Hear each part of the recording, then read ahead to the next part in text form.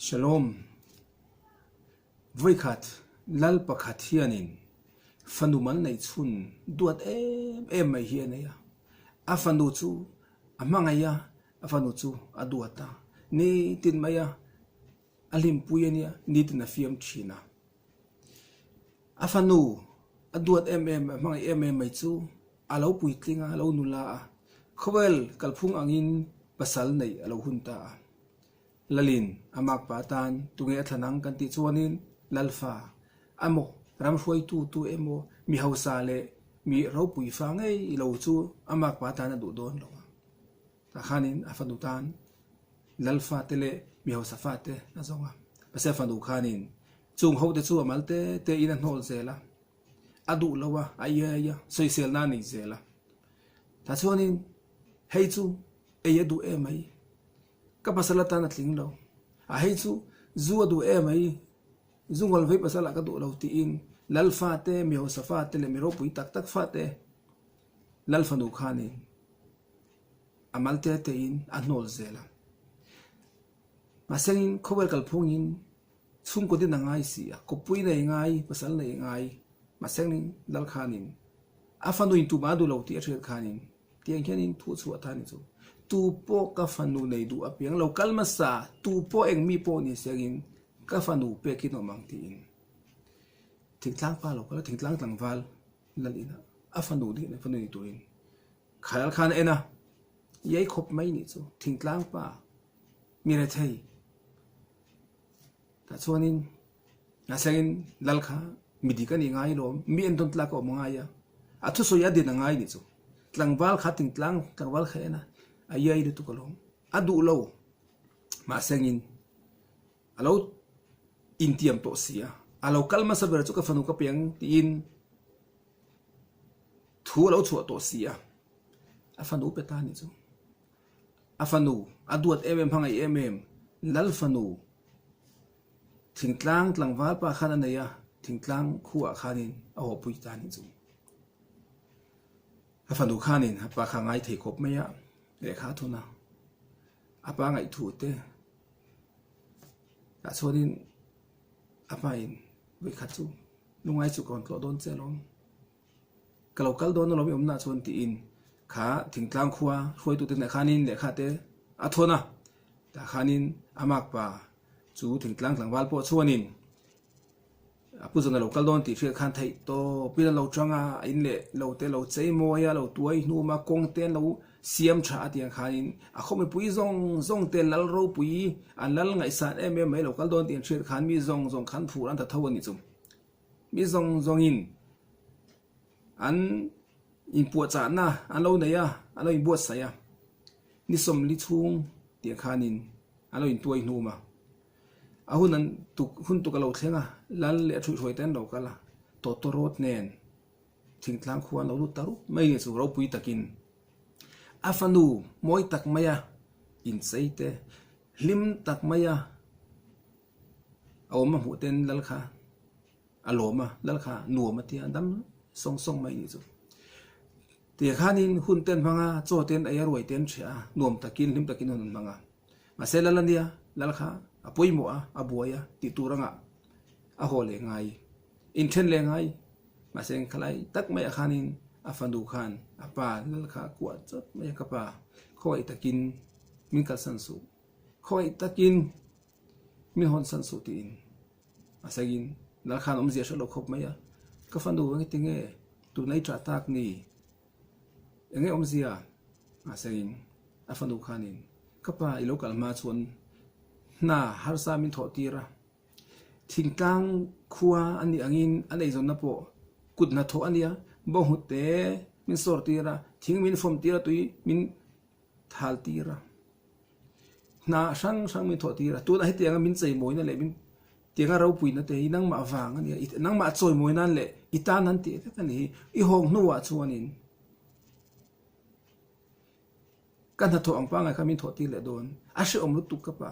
ti na pa ne la long sa takin soi ni chu masangin kha tekin thu ania isel fate de tora ya atira tora in adama adu lawa ai adu si ai sum thei si lo eden huana pathian ai su ati kha ai ni chu anuwa nowa fa te ne na tura pek tura in nge ti ka du lo zu he si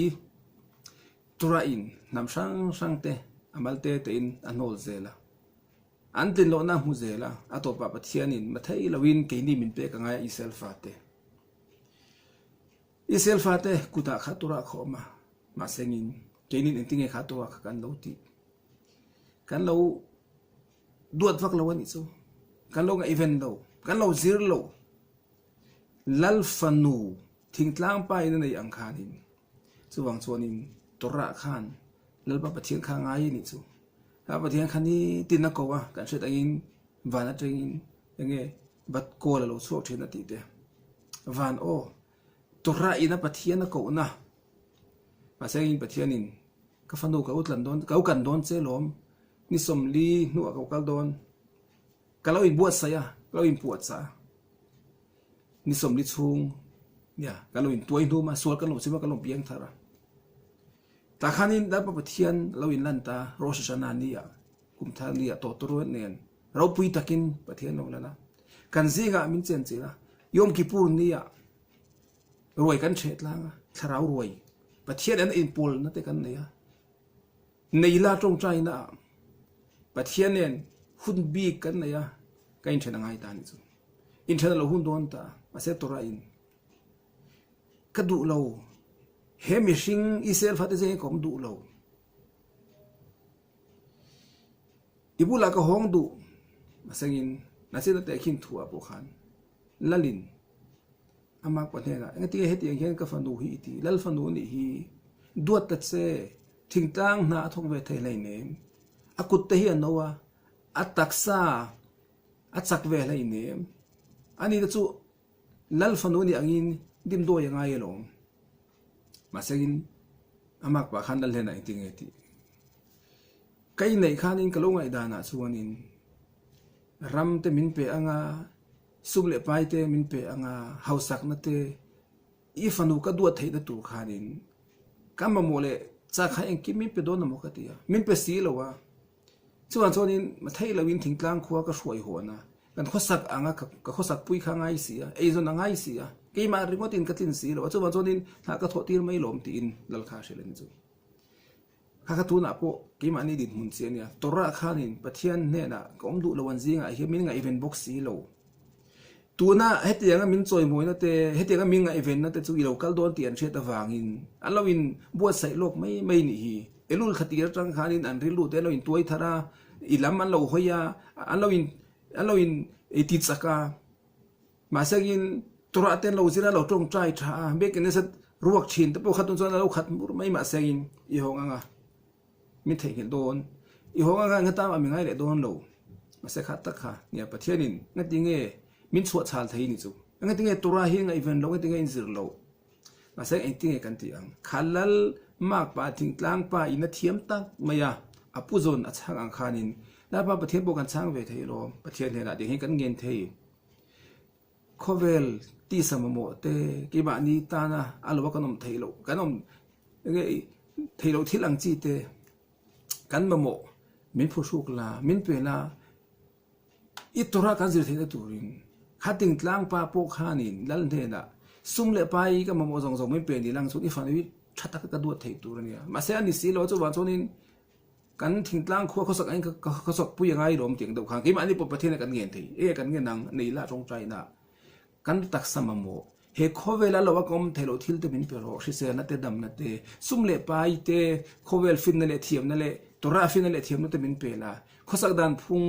num phung tu te min pe rilu tha le thuang tlam te min pela rilu thiang lim te min pela I du zong kan ti e rong kan bon tu rin le I tora thiang lim kan zir the tu rin I pathian ka kan dila ka tong trai thei khatiang mang kha kan dile chuani khatiang mang ka tong trai ni chuanin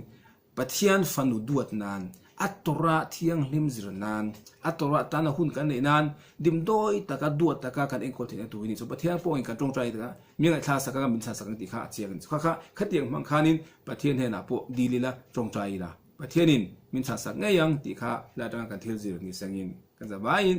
shalom vek ule